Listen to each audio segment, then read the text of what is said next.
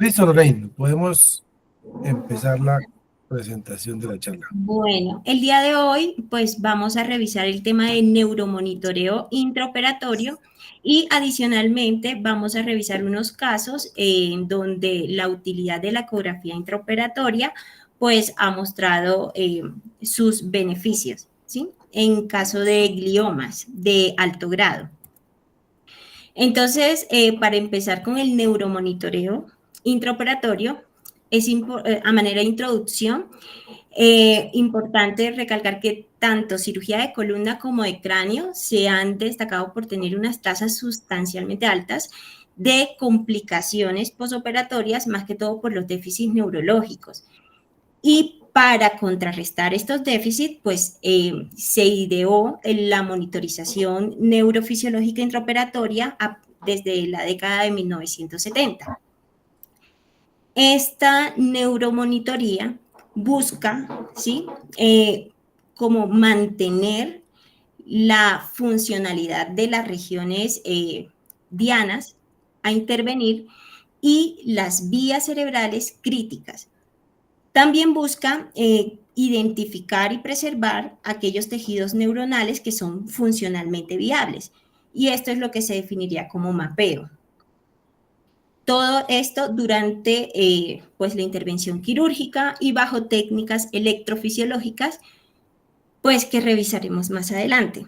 Realmente, en cuanto al monitoreo neurofisiológico intraoperatorio, la evidencia es muy controversial porque realmente no hay como tal unos estudios aleatorizados, prospectivos, controlados, porque pues tiene muchas implicaciones éticas a la hora de comparar a quién sí y a quién no le realizo monitoría. Sin embargo, la evidencia disponible se basa más que todo en estudios de corte, estudios retrospectivos, en fin. Entonces, hay un estudio, por ejemplo, multicéntrico, que no sé si están viendo mi puntero o no. Listo.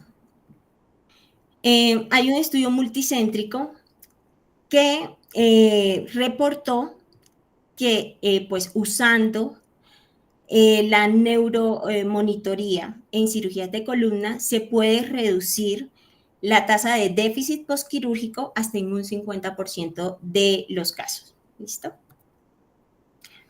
Entonces, vamos a hablar de sus usos, no solo en la cirugía de columna, sino también intracraneal, a nivel de las patologías neurovasculares. Eh, bueno, entonces, en cuanto a las cirugías intracraneales, tenemos que existen múltiples como herramientas para hacer este monitoreo. Entre eso tenemos los potenciales evocados motores, los somatosensoriales, los auditivos de tallo cerebral, la electromiografía continua o desencadenada y la electroencefalografía. No existe un consenso que nos diga cuál es la modalidad específica para cada caso. Sin embargo, en cirugía, por ejemplo, de tallo, se suele usar los potenciales evocados auditivos de tallo, la electromiografía de nervios craneales y los potenciales tanto motores como somatosensoriales. Cuando yo tengo una lesión en área elocuente y le quiero ofrecer una cirugía cortical, pues en estos casos pues se emplea con mayor frecuencia motor y somatosensorial. ¿Listo?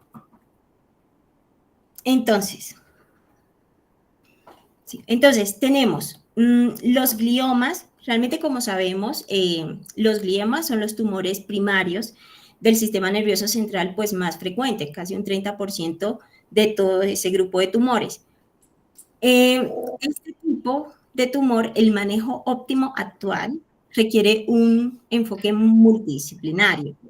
Esto incluye cirugía, radioterapia, quimioterapia y pues medidas de soporte. Sin embargo, para lograr como los objetivos de una cirugía para glioma es lograr una resección máxima segura. Y tenemos que hay como un subtipo de localizaciones en áreas elocuentes que hacen que esta recepción sea un poco más desafiante, ¿sí? Entonces, para esto se han diseñado múltiples herramientas como la neuronavegación intraoperatoria, ¿sí? La resonancia magnética intraoperatoria, imágenes de fluorescencia y la ecografía intraoperatoria, que su objetivo es delimitar los bordes del tumor. Bueno, acá pues les traigo una tabla resumen de las modalidades con las que contamos actualmente para imágenes intraoperatorias y neuromonitoreo intraoperatorio, con sus ventajas y desventajas. Entonces, tenemos para la navegación intraoperatoria, pues todos conocemos que pues tiene la principal desventaja del brain shift, pero lo que hace es combinar imágenes de resonancia preoperatorias y nos da una detección del tumor, pues intuitivamente en tiempo real, ¿sí? Pero realmente se basa en resonancias previas. Tenemos la opción de resonador intraoperatorio, que pues, es muy bueno para detectar el tumor, delimitar los límites, pues y más las estructuras anatómicas que se han modificado después de la apertura dural. Sin embargo, tiene la desventaja que es, pues, alarga mucho el tiempo quirúrgico. Y pues realmente en los estudios no se ha visto que contribuya mucho como a disminuir los déficits neurológicos posoperatorios. Entonces, eso. Tenemos pues, la ecografía intraoperatoria, que esta, pues, como ya veremos más adelante, nos detecta la localización del tumor en tiempo real, ¿sí? Pero tiene una sensibilidad insuficiente, pues, para tumores más pequeños, inclusive tumores de bajo grado. La otra opción de imagen intraoperatoria sería el 5-ALA, ¿sí? O el ácido aminoleucínico. Esta fluorescencia nos ayuda a visualizar como tal las células del tumor, ¿sí? Y más que todo para aquellos tumores de alto grado, ¿sí? Pero realmente, al igual que los anteriores, esta, pues, bueno, no es al igual, pero sí, en muchos estudios se ha evidenciado que tiende a producir mayores tasas de déficit neurológico postquirúrgico. ¿Listo? Entonces, eso en cuanto a las imágenes. En cuanto a las pues, medidas de neuromonitoreo intraoperatorio, vamos a encontrar que contamos con potenciales evocados somatosensoriales.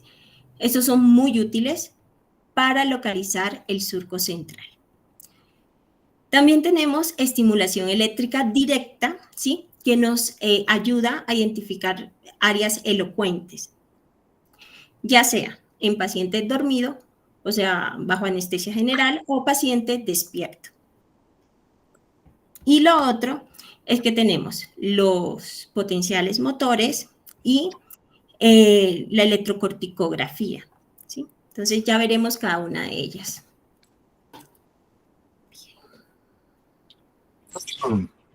Bueno, entonces, en cuanto a los potenciales evocados somatosensoriales, tenemos que esto lo que busca es identificar cuál es el surco central. Para eso se colocan electrodos, ¿sí? Cerca al nervio mediano. Esto se hace 2 centímetros por encima de la muñeca y a nivel del nervio tibial posterior, es decir, 2 centímetros por detrás del maleolo medial.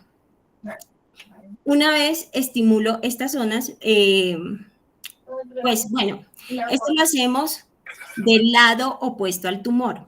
Y una vez tengo pues esos estimulaciones, yo en la corteza identifico dos sitios, N20, que corresponde al giro postcentral, y P22, que sería el giro precentral. Cuando yo hago la estimulación, si la onda pues, del potencial se me invierte, quiere decir que entre estos dos puntos voy a identificar el surco central, ¿sí? Entonces, bueno, aquí en estas imágenes lo que estamos viendo es una estimulación directa, ¿sí? Una estimulación eléctrica directa. Entonces, en la imagen A, lo que vemos es que esto sería como una pinza bipolar para estimular las áreas elocuentes o funcionales, ¿sí? Y, bueno, eso sería una estimulación de Ogemann. Y acá lo que estamos viendo es una tirilla. Esta tirilla está sobre lo que yo identifico como el surco central y está pues, es una tirilla con 6 electrodos.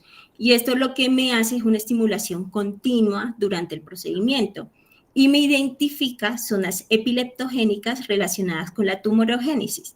Entonces, sirve para eso. Bueno, en cuanto a la estimulación eléctrica directa, como mencionamos anteriormente, puede realizarse ya sea bajo anestesia general o en craniotomía despierta. Su objetivo es hacer un mapeo, ¿sí?, de las lesiones, las regiones funcionales, tanto corticales como subcorticales. Esto es una ayuda importante porque realmente existe una discrepancia individual. Muchas veces la anatomía no se correlaciona con lo funcional. Entonces, ciertas referencias anatómicas nos pueden dar información poco fiable. Entonces, es por esto que la estimulación eléctrica directa nos puede, pues, funcionar. Entonces, en paciente despierto, realmente esto se ha logrado gracias a todos los avances en la anestesia. Y a finales del siglo XIX, Cushing introdujo por primera vez el término anestesia regional. Y esto se refería más que todo al bloqueo de escalpe, ¿sí?, para neurocirugía. Entonces, actualmente, pues, las técnicas de anestesia utilizadas pueden ser, pues, tres. Las descritas. Una, que fue, no, esta no la hemos hecho, pero esta es dormido, despierto, dormido. La otra sería una atención anestésica monitorizada y la otra que sería despierto toda la cirugía. ¿En qué consiste esto? Bueno, este fue un caso que operamos recientemente en el Hospital El Tunal, un paciente con una lesión en área elocuente, motora primaria del lado derecho, como vemos en las imágenes de resonancia, ¿sí? Entonces, este es un paciente de 36 años que ingresó por unas crisis parciales, eran unas crisis focales motoras en miembro inferior izquierdo.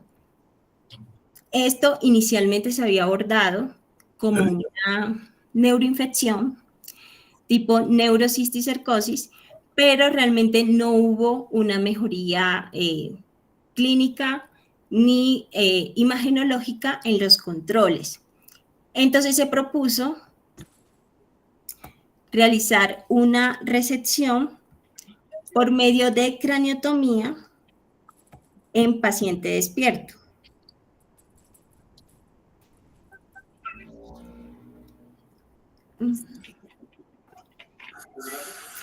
Entonces, acá lo que tenemos, el paciente, pues, previamente se le explicó la intervención, el paciente, pues, muy colaborador. Realmente el déficit que tenía prequirúrgico era una monoparesia de miembro inferior izquierdo. Entonces se decidió, con ayuda de neuroelectrofisiología intraoperatoria, realizar la resección, ¿sí?, en área elocuente. Sin embargo, al hacer la estimulación eléctrica cortical, todo ese área era elocuente. Hubo una región, sí, transsulcar, que se logró abordar sin, bueno, que no mostraba ondas a la estimulación, ¿sí? Este monitoreo realmente se realizó con monopolar, ¿sí? La estimulación. Y pues se logró hacer una resección pues subtotal porque había una región pues posteromedial que en el momento de la resección el paciente pues empezó a referir dificultad para mover el miembro inferior izquierdo. Entonces esto pues hizo que detuviéramos la intervención y se enviara la muestra a patología para definir. Pero realmente el aspecto era muy glial, ¿sí? Era muy glial de alto grado. Entonces, realmente, ¿cómo se hace la estimulación eléctrica? ¿Cómo hacemos esta estimulación eléctrica directa? Entonces, tenemos que, esto se puede hacer mediante monopolar o bipolar, dependiendo del alcance que yo quiera realizar. Cuando tengo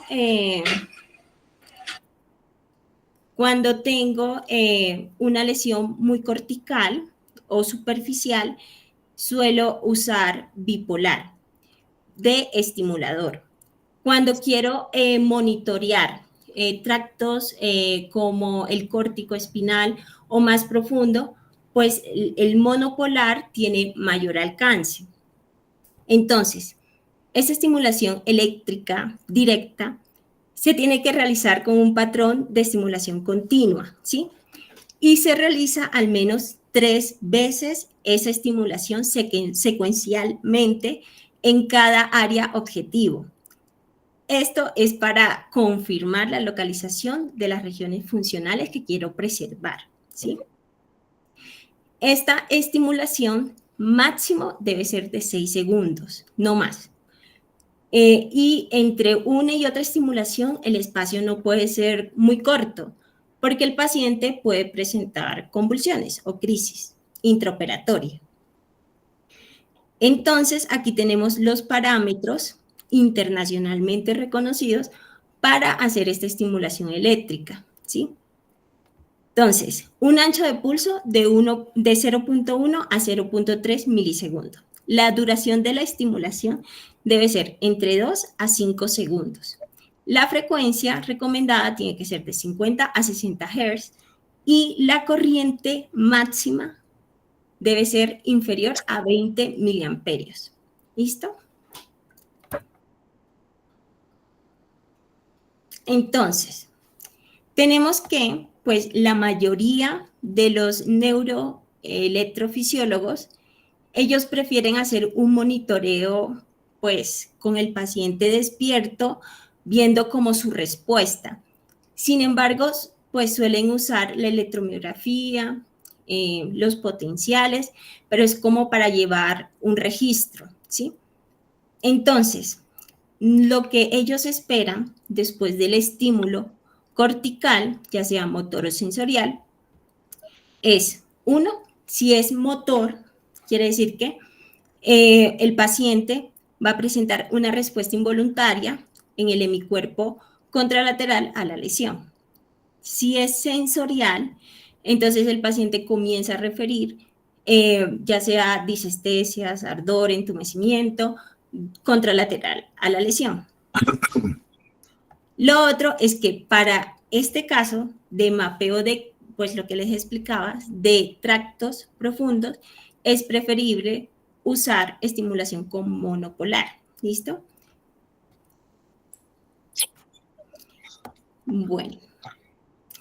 Bueno, cuando quiero hacer un mapeo cerebral, pero de área del habla y la cognición, allí pues lo que yo voy a evaluar es conteo y denominación de imágenes.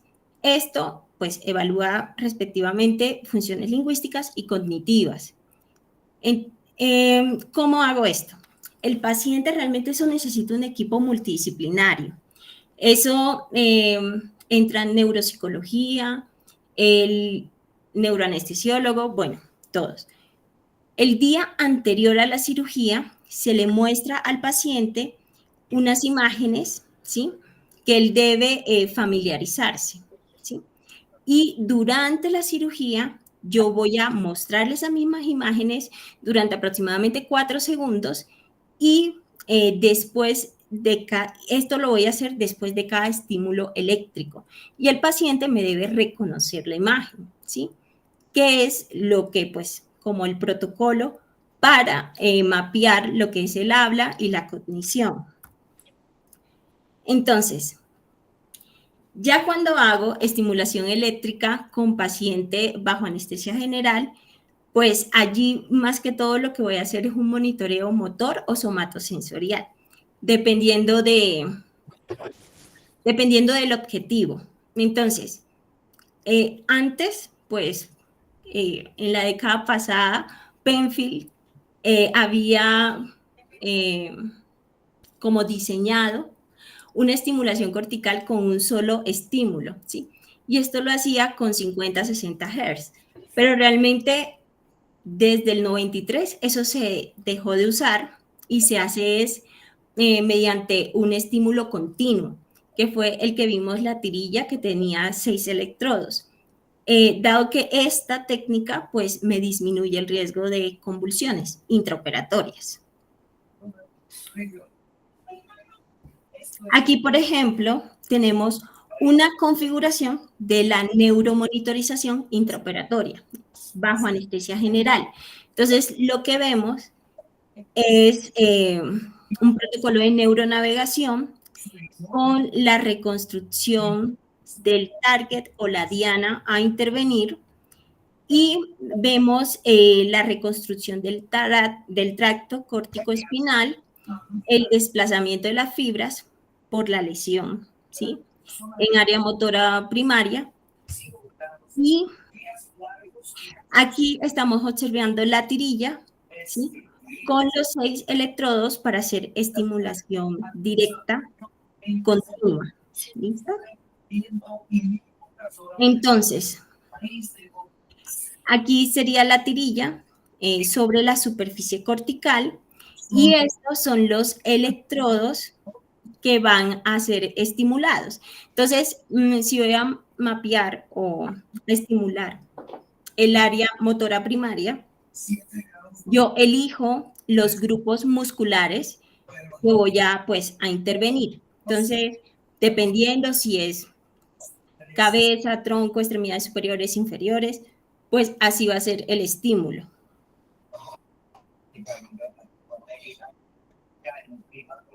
Así, pues se ve una sala con neuromonitoreo, como la vieron también en el video.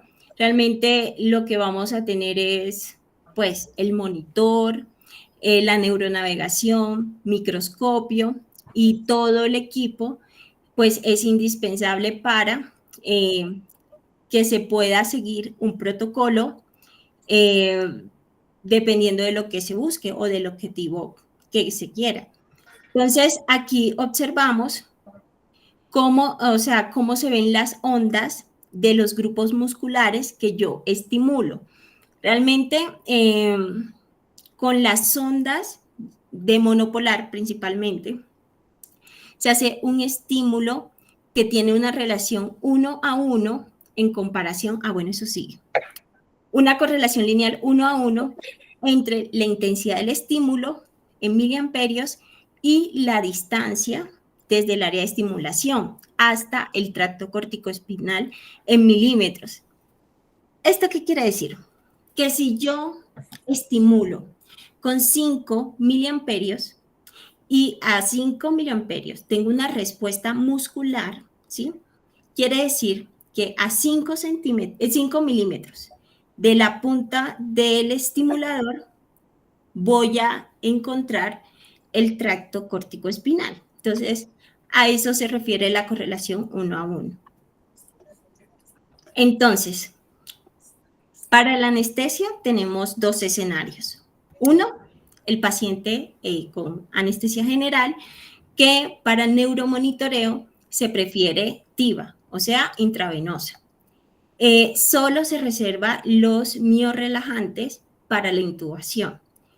Y bueno, y para la parte del paciente despierto, lo que pues actualmente todos los protocolos lo que sugieren es una combinación de remifentanilo y propofol a dosis muy bajitas, realmente son dosis de 0.2 miligramos por kilo hora o kilo minuto, bueno, son dosis muy pequeñas que pues se puedan suspender y que su acción sea corta para poder reinterrogar al paciente y monitorizarlo, ¿sí?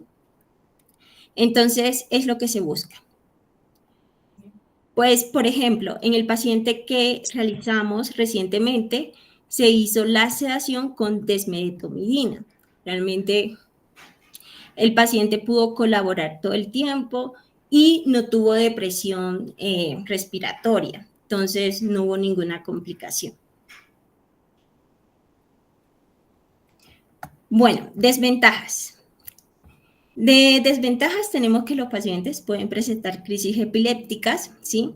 Asociadas a la estimulación, pero o sea, el porcentaje llega a ser de un 8% frente a un 15% en aquellos pacientes que se hace craniotomía con paciente pues dormido, sin estimulación.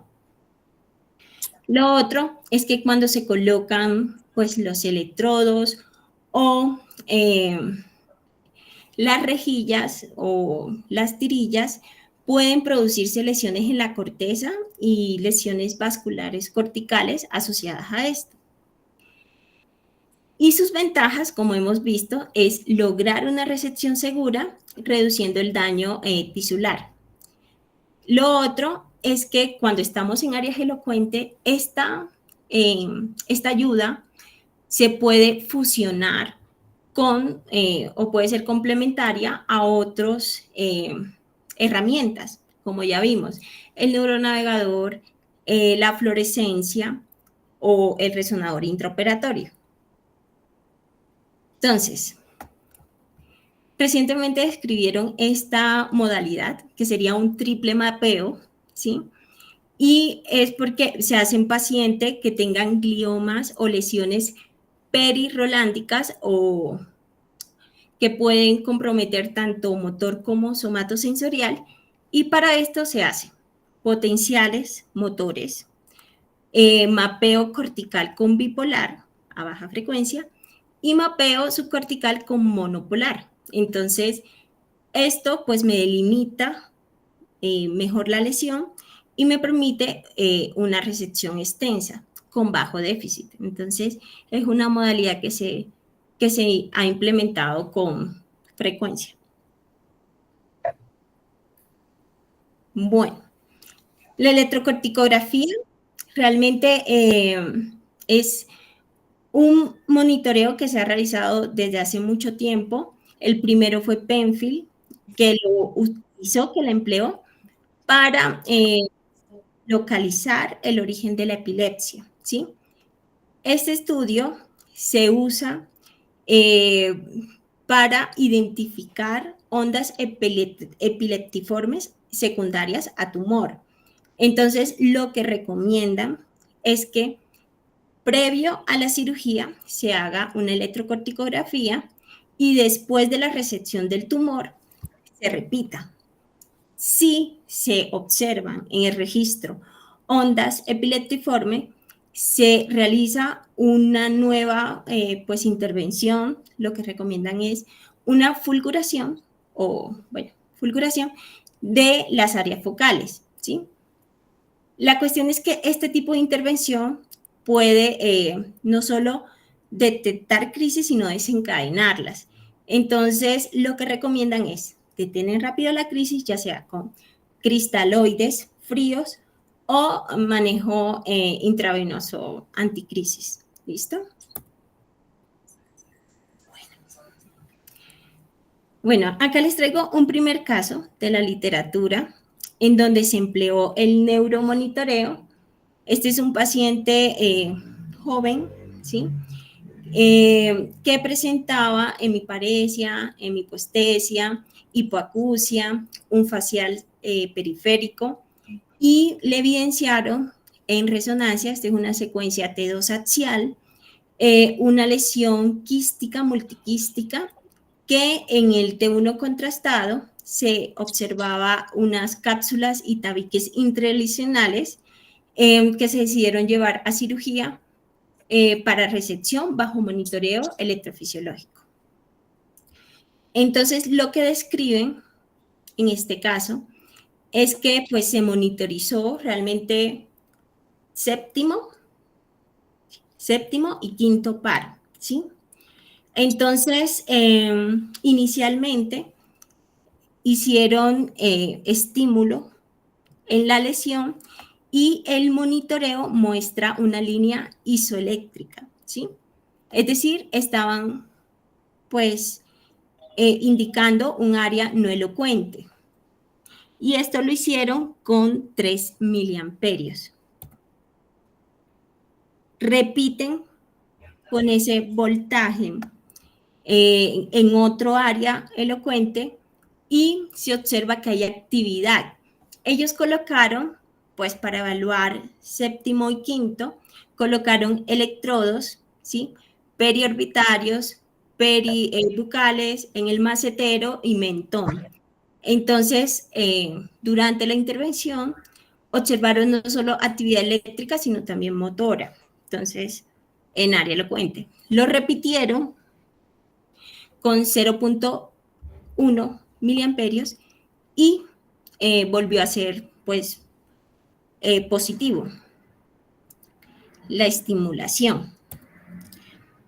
Ellos, pues, en la descripción del caso, dicen que se logra resecar de forma subtotal la lesión y lo importante es que esto, la imagen de la izquierda, es el monitoreo o la electromiografía prequirúrgica, ¿sí? Prequirúrgica, y esta sería la postquirúrgica, que realmente si comparamos las curvas son muy similares y lo que informan es que el paciente en el posoperatorio no tuvo progresión del déficit previo de la parálisis facial. Bueno, acá por ejemplo estamos viendo una lesión que intentaron monitorear principalmente los músculos extraoculares. Entonces, realmente para evaluar de pronto los pares que mencioné anteriormente es más sencillo, pero para monitorear los músculos extraoculares es más complejo porque necesita un electrodo que tiene que ser más delgado y tiene que tener un máximo de largo de 13 milímetros, ¿sí? Realmente lo que comentan en la técnica del monitoreo es que el vientre, uno puede encontrar los vientres de los músculos máximo 20 milímetros de la órbita.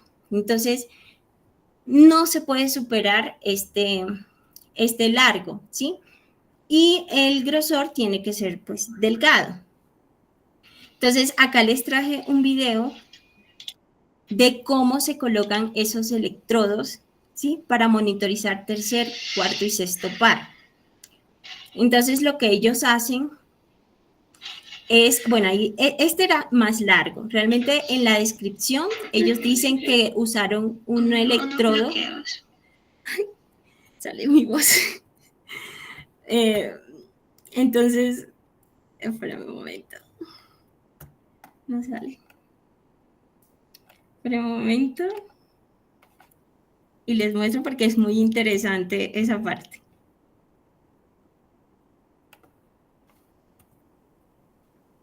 ¿Dónde es? Acá. No. Permítame. Listo. Ahora sí. Entonces, lo que vemos es que aquí se logra observar cómo ellos en la técnica tienen que desplazar, por ejemplo, para el recto inferior, tienen que desplazar el globo ocular hacia arriba, ¿sí? Para poder introducir el electrodo. Lo mismo hacen para el oblicuo superior. Tienen que pues palpar la órbita medial e introducirlo, pero se ayudan con la otra mano para desplazar el globo ocular, ¿sí? Y poder pues monitorear esa parte muscular. Y luego lo hacen con el recto externo, ¿sí? La misma maniobra, pero siempre desplazando el globo ocular para evitar trauma o lesión, ¿sí? De los tejidos blandos de la órbita. Entonces, esa sería como la forma de introducir esos electrodos. Ellos en esta técnica usaron unos electrodos más largos por no disponibilidad de 13 milímetros. Ellos lo usaron de 25. ¿Listo?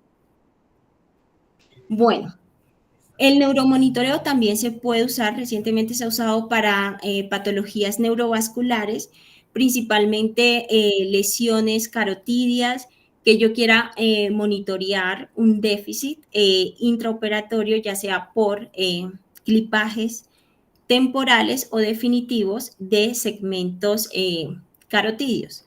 Entonces, pero también se puede usar, ¿sí? También se puede usar para otro tipo de lesiones vasculares como fístulas, arteriovenosas durares, malformaciones arteriovenosas, bueno, o de otro territorio vascular, ¿sí? En este tipo, pues para aneurismas se suele usar somatosensorial, pensando en territorios carotidios, y se hace electroencefalograma, ¿sí? Continuo, es decir, por medio de tirilla. Bueno, en cirugía de columna, realmente, pues la cirugía de columna ha aumentado en las últimas décadas. La estadística dice que aproximadamente 80 por cada 100.000 personas son sometidas a cirugía de columna electiva, ¿sí? Anualmente.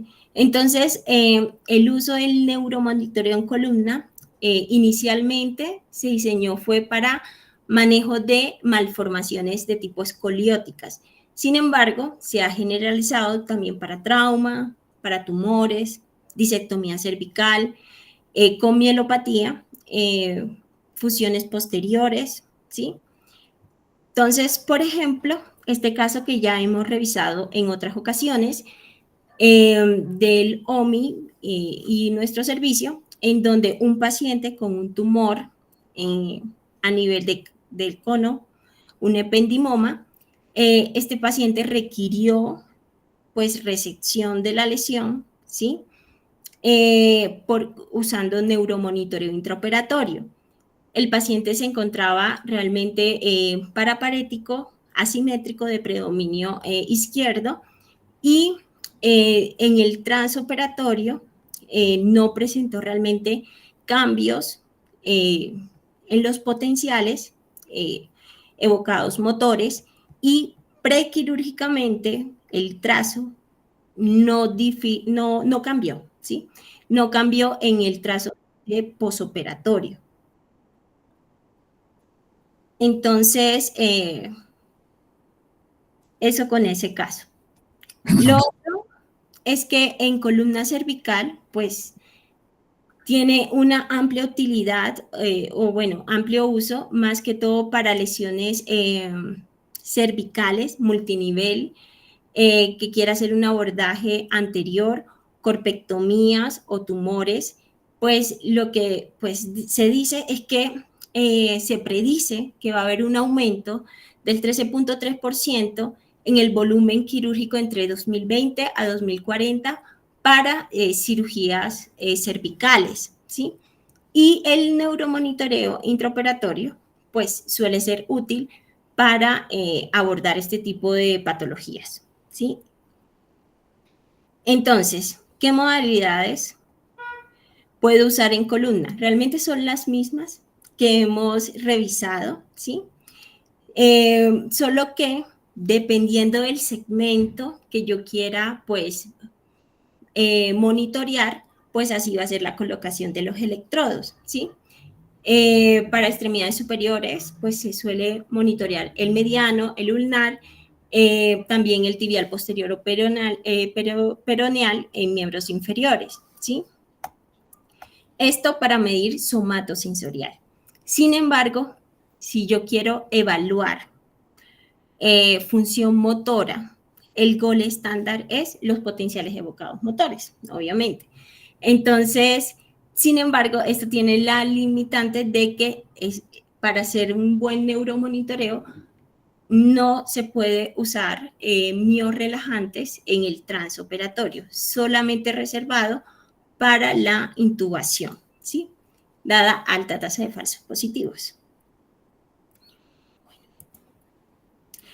Por ejemplo, en este caso, este fue un caso que realizamos en el Hospital Universitario Nacional, un paciente con un tumor primario a nivel de T4, T5, que generaba una compresión medular a ese nivel.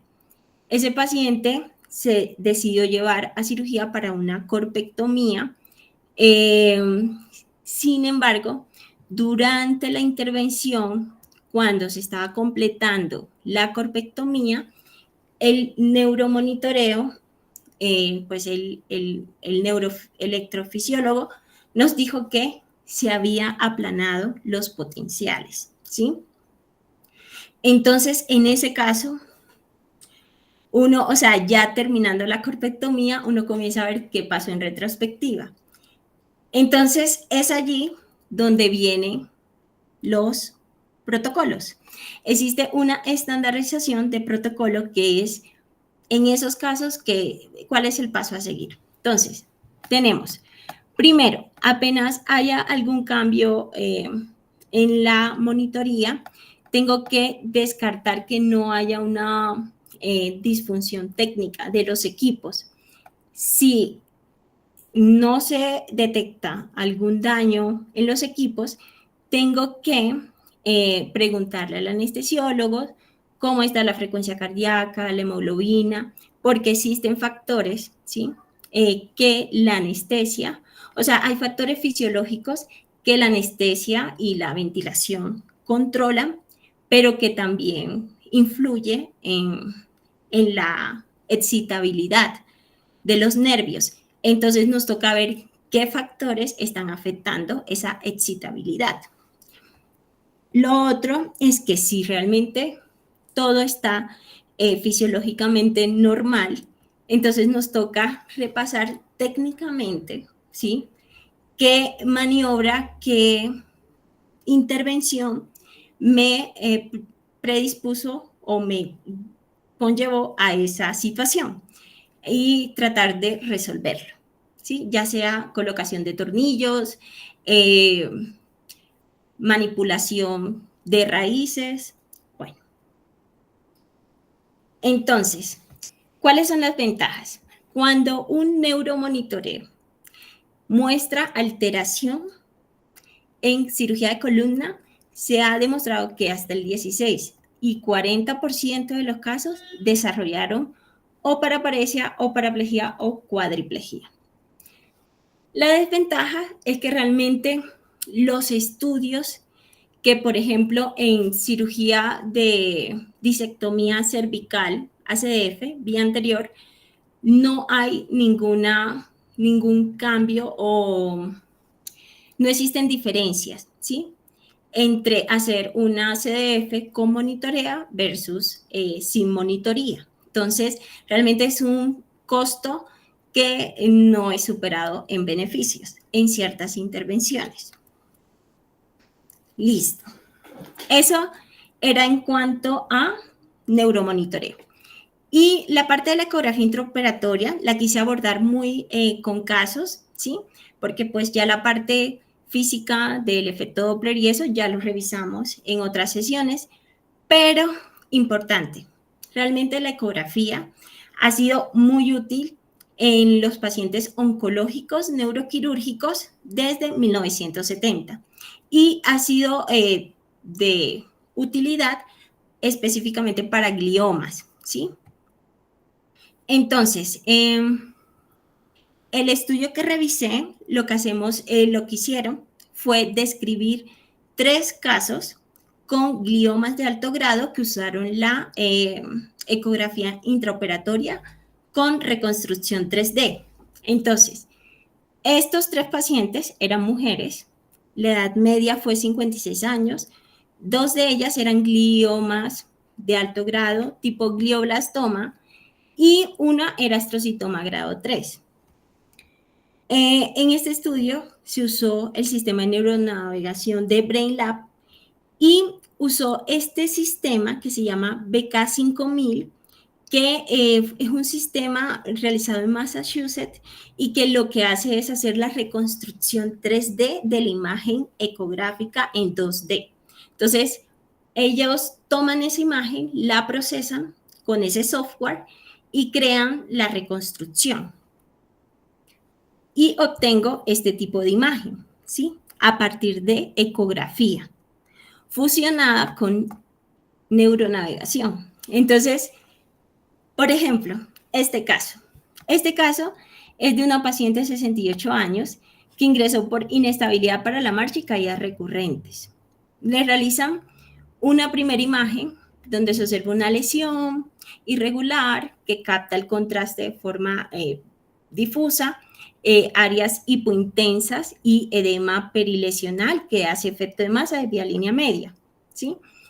En esa primera imagen deciden hacer una resección subtotal y someten a la paciente a radiación, 3 ciclos de temozolomida, pero 6 meses después la paciente recae con cambios de personalidad, una afasia pues de Wernicke, y las imágenes y la histopatología nos confirmó un glioma IDH salvaje, ¿sí? Entonces, con estas imágenes deciden someterla a una reintervención, pero en la técnica quirúrgica usan neuronavegación para identificar el área con base en resonancia. Una vez abierta la dura madre, introducen el transductor de ecografía y logran obtener una reconstrucción 3D de la lesión. Entonces, estas son las imágenes durante la cirugía y resulta que pues vuelven a usar la ecografía al finalizar la resección y la usan más que todo es para descartar que no haya un sangrado en lecho quirúrgico o residuo tumoral. Pero para el residuo tumoral en esta paciente usaron el 5-ALA. Entonces observaron que había un pequeño residuo que se extendía hacia el cuerpo calloso, ¿sí? Y vuelven a hacer la reintervención para pues lograr resecar completo. Lo que dicen es que la paciente, después de esta intervención, pues es sometida a radio, a quimio y tiene una remisión total de 9 meses. ¿Listo? Entonces, pero no dicen cómo era el GOS después de la intervención. Entonces, el segundo paciente, la segunda paciente era una paciente de 68 años con antecedente de sarcoidosis que ingresó por cefalea y dificultad para, pues referido así como para encontrar las palabras. La paciente le realizan una imagen inicial en donde se observa esta lesión que compromete pues todo el lóbulo temporal y se extiende hacia la región parietal. Y con estas imágenes deciden hacer una resección, como vemos en esta tomografía, completa, descrita por ellos, con ayuda del ecógrafo intraoperatorio con reconstrucción 3D. En ella sí no usaron el 5-ALA, pero una vez expuesta la dura madre, introducen el la sonda, ¿sí? Introducen la sonda del ecógrafo y conducen la navegación con solución salina fisiológica, ¿sí? Que realmente esa es una de las limitantes en la ecografía intraoperatoria, porque pues hace una interfaz que no es como el líquido cefalorraquídeo fisiológico y pues puede alterar las imágenes que visualizo en ecografía. Entonces, bueno, esta paciente le ofrecieron un tratamiento, pues una resección pues extensa del giro temporal inferior y medio, y pues la patología salió un glioma IDH salvaje y dice que permaneció en remisión durante 23 meses usando estas tecnologías para lograr la máxima resección segura. Y por último, era esta paciente de 32 años con examen físico normal y que de forma incidental encontraron una lesión a nivel frontal que la patología arrojó ser un astrocitoma IDH mutante, grado 3. Esta paciente recibió toda la adyuvancia y una remisión de 21 meses. Realmente, cuando uno revisa este tema, encuentra que desde 1950 pues se está aplicando la ecografía en neurocirugía. Sin embargo, ya con la innovación del ecógrafo, con contraste, con Doppler, navegado, se puede como optimizar la resección. Inicialmente con la neuronavegación solita, pues un rayo ultra, pues un rayo, sí, un rayo óptico logra tener, o sea, va hacia un receptor o digitador, ¿sí? Que lo que hace es como digitalizar la imagen, ¿sí? Pero se basa en imágenes prequirúrgicas, no en tiempo real. Entonces, con esa limitación de la neuronavegación, es que se comienza a idear, ¿sí?, la fusión de la neuronavegación con la ecografía intraoperatoria. Entonces, por ejemplo, pues aquí en el artículo nos mencionan el Sonovan, que pues es de bajo costo, no, realmente no dice qué precio tiene, pero que lo que hace es mostrarme la lesión en tiempo real, fusionando imágenes de ecografía con imágenes prequirúrgicas, ¿sí? Entonces, acá, por ejemplo, en esta imagen, en ecografía, lo que observamos es que aquí nos están mostrando un tumor en la región pineal, ¿sí? Entonces, como todo en ecografía es observador dependiente, hay que tener un entrenamiento. Entonces, aquí lo que nos señalan con estas flechas blancas es el tentorio, ¿sí? El hiato tentorial. Y acá sería, pues, la lesión a nivel, pues, de la región pineal. Esta estrella la describen como el receso del tercer ventrículo dilatado, ¿sí? Y acá lo que nos muestran es una lesión a nivel frontal, ¿sí?, que me logra desplazar o colapsar los ventrículos laterales. Entonces, es más complejo, requiere una curva de entrenamiento y adicionalmente, pues uno está acostumbrado a ver cortes axiales y no esta reconstrucción, pues, octagonal. Entonces, requiere una curva de entrenamiento.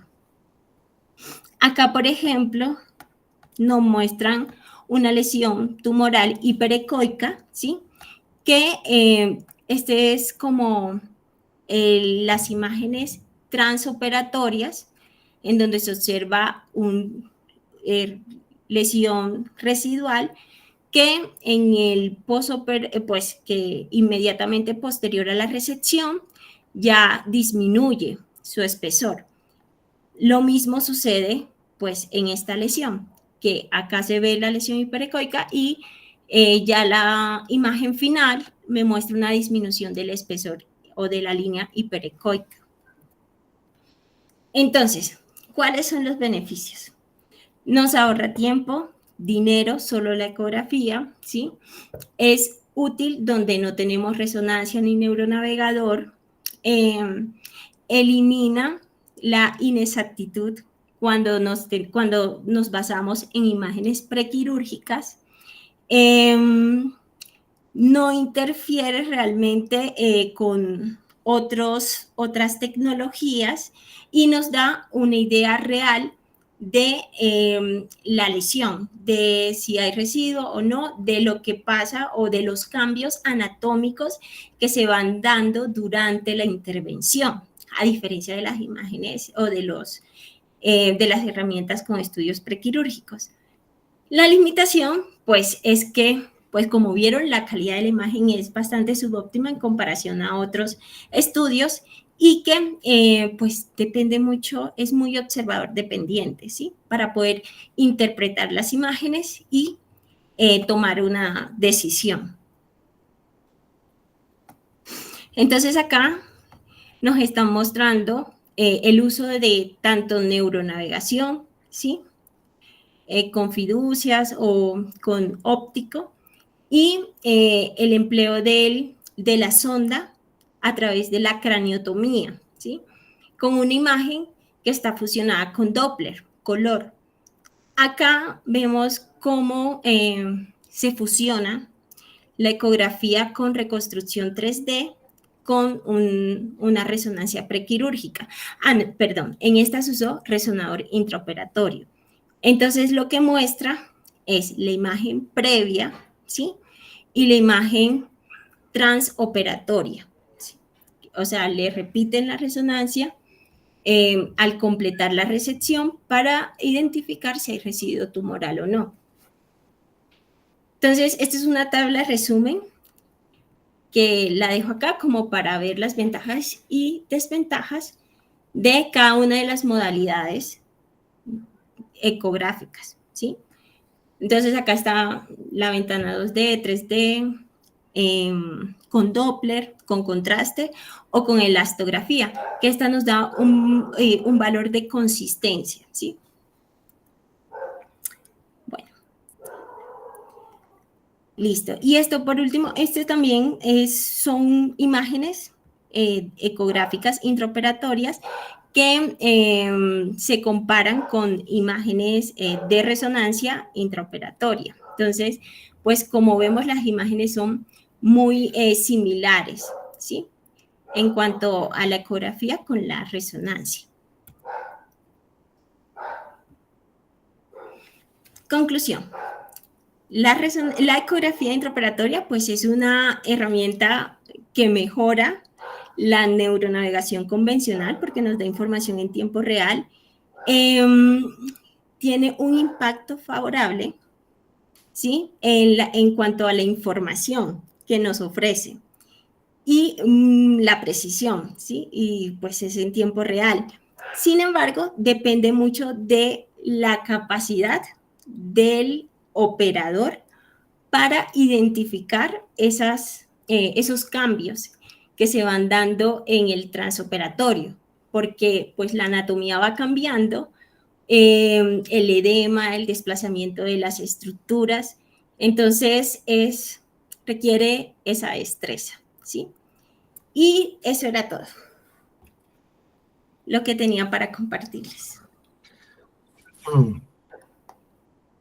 Bueno, muy bien, Lorraine.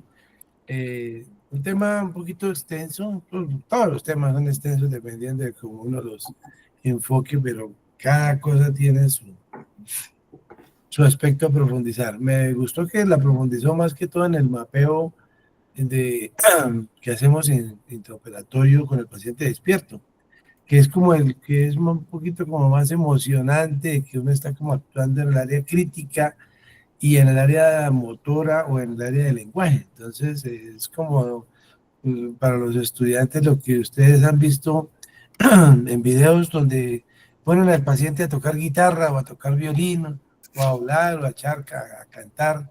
y de esa manera uno está seguro de que está quitando tumor y no está dejando al paciente con un déficit neurológico importante.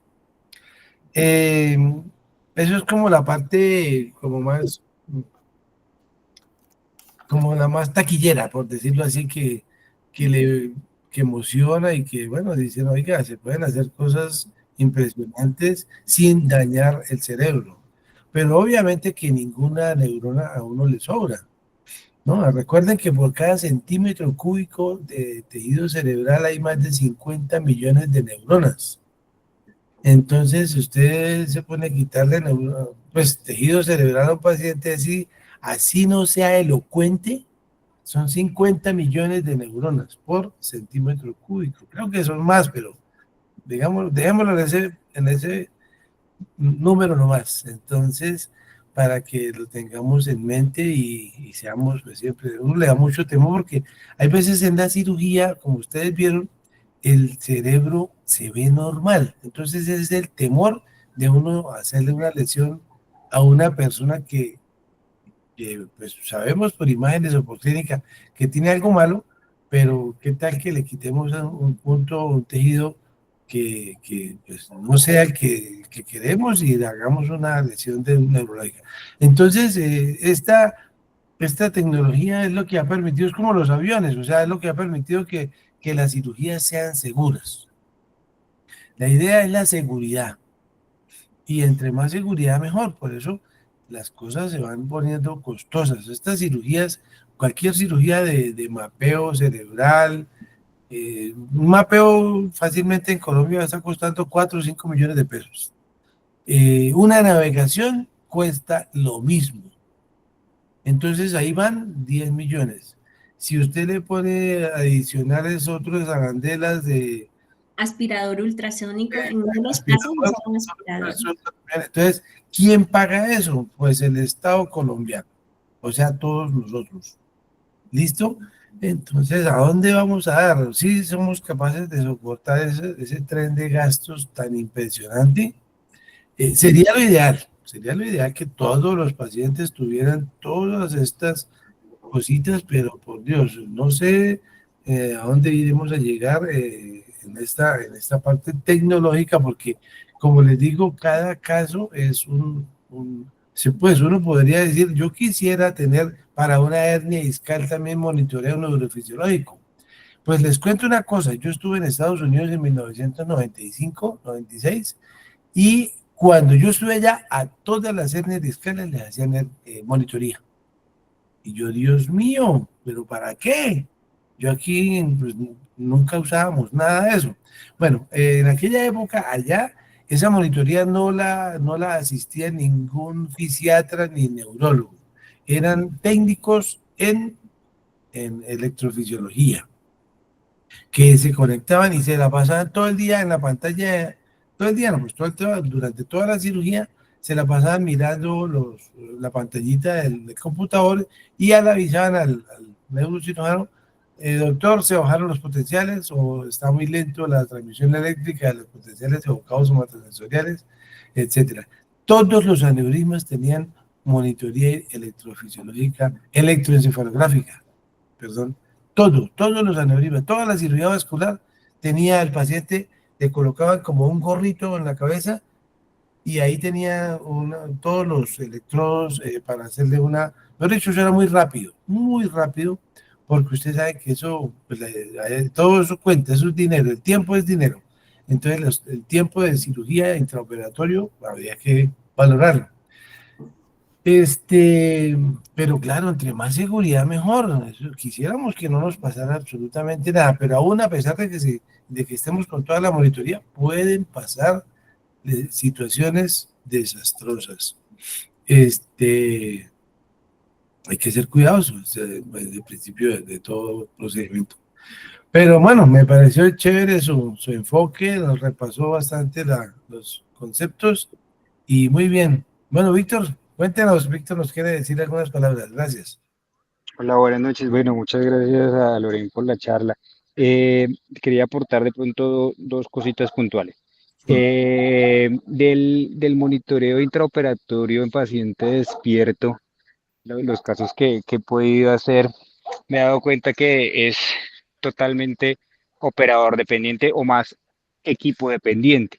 No solamente el cirujano, de hecho es muy importante el anestesiólogo, porque pues puede ser que el paciente esté muy dormido cuando uno lo va a evaluar, si lo hace en paciente dormido, despierto, dormido, o si el paciente tiene dolor no colabora. También es importante el paciente si no es colaborador. Digamos que creo que se necesita de alguna manera también establecer grupos que hagan cirugía en paciente despierto porque no se puede hacer de un momento a otro pues con la misma confiabilidad que en sitios donde se hagan más frecuentemente. La segunda cosa que noté en esos casos es que las cirugías que uno vaya a hacer con pacientes despiertos debe tratar de ser lo más rápido posible.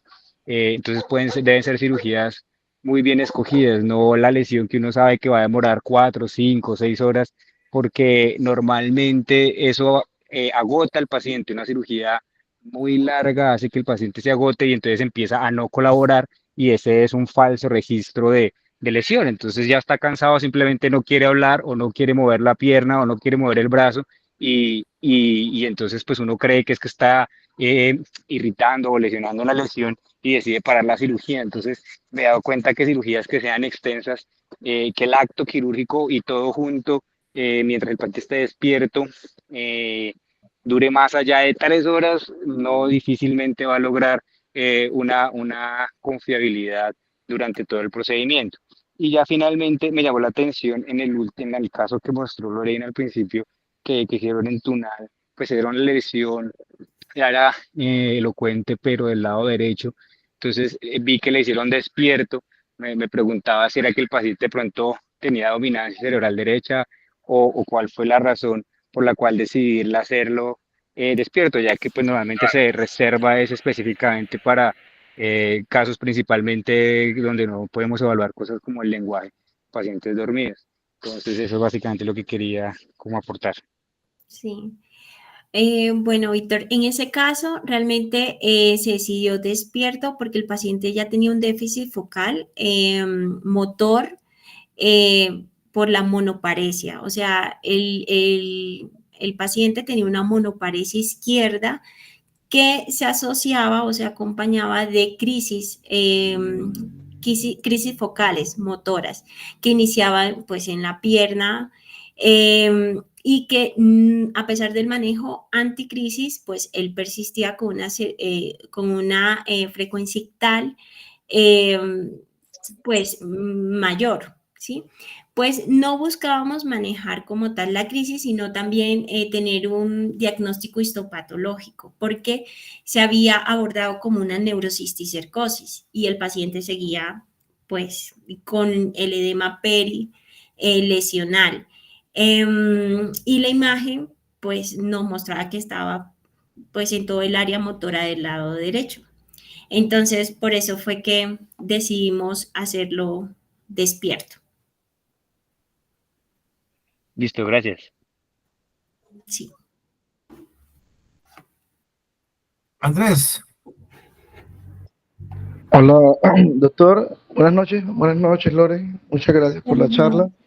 Yo solo quería comentar una cosita, aunque no sé si de pronto al comienzo de la charla lo mencionaste porque me retrasé unos 5 o 10 minutos, en relación con el uso del 5-ALA, 5-aminoleburínico, versus la fluoresceína. No sé si mencionaste algo al respecto, porque a mí me pareció muy interesante porque la diferencia de costos de estos dos elementos que pueden llegar a ser útiles, sobre todo en la resección de tumores, sobre todo en el caso del 5-ALA, es bien alta y es importante la diferencia de costos.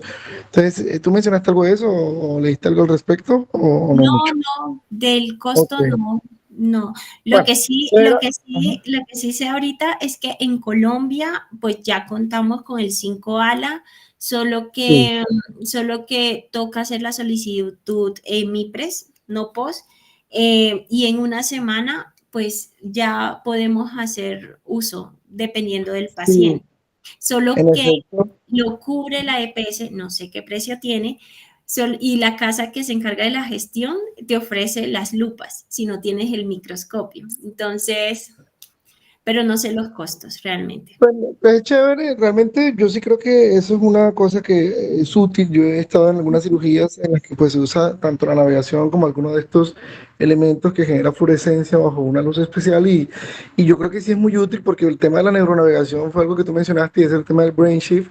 Entonces ya hay un punto en el que realmente ya no es tan confiable lo que uno ve con la navegación y en estos casos específicos los límites tumorales y me parece que estos son ayudas que pueden servir. Esa fue una discusión que tuve en algún momento al respecto y bueno, el tema es que la fluoresceína cuesta, no sé, como 40.000 pesos versus millones de pesos que cuesta el 5 dólares, o sea, hay una diferencia muy, muy grande. No sé, una cosa como de 15 millones, algo así, una vez alguien me dijo, no sé qué no es cierto sea, pero el punto es que es un costo bien elevado. Es cierto que es más específico el 5-ALA, en tanto pues el mecanismo de acción básicamente es que es un precursor de la porfirina demo y se acumula en las células tumorales, con lo que te da una mayor especificidad, sobre todo en los bordes tumorales y demás. La fluoresceína, sin embargo, también es muy útil, sobre todo cuando estamos ante tumores que sabemos que son hipervascularizados, o en el caso, por ejemplo, de los gliomas, que si bien en su centro necrótico pueden no tener tan buena vasculatura ya, en la periferia, en la cápsula sí lo son. En estos casos, la fluoresceína realmente se acumula en el vaso sanguíneo y tiene su emisión de fluorescencia a partir de ello. Entonces, en los tumores muy vascularizados es en los que se va a ver ese brillo o ese cambio que te permitirá delimitarlo mejor. Yo creo que en un caso de estos, en el que son tumores muy vascularizados y demás, la fluoresceína es una muy buena opción porque realmente es una cosa mucho más accesible en relación con el 5-ALA. Bueno, no sé el tema administrativo, a lo mejor con el paso del tiempo se vuelva más fácil el tema del 5-ALA, pero en tanto cuesta muchísimo más, a veces es más difícil, ¿no? Yo quería saber, nosotros en el microscopio que tenemos en Tunal, pues este microscopio se le puede adaptar el filtro, pero nosotros no contamos con el filtro ese, ¿no? ¿O sí? No tiene filtro. Ok, Vale como $50.000. Eso es más que un filtro, bueno, es un lente que le adaptan a la... es como un dispositivo. Bueno, acá una vez estaban hablando de eso y estaban diciendo que $25.000. Bueno, igual es un costo bien importante, pero la verdad es que sería, ojalá en el futuro, al menos mediano plazo, una adquisición interesante porque pues si se compara con el precio del microscopio, igual es una inversión que vale la pena, ¿no? Además que la vida media de eso es bien larga y yo sí creo que es decir, teniendo ese filtro que también funciona con la fluoresceína, sería súper útil. Y la otra ventaja que tiene la fluoresceína es que sirve para todo lo vascular, ¿no? No solamente para temas tumorales, sino lesiones vasculares, también puede llegar a ser útil. Sin embargo, sí hay que decir que el tema específico de tumores, de los gliomas y demás, sí es más, quizá un poco más específico el 5-ALA, o sea que sí podría llegar a ser un poquito más útil, a menos que sea un tumor muy vascularizado, el cual la fluoresceína seguramente se equipara. Entonces ya quería como aportar eso y pues, tenerlo ahí en cuenta.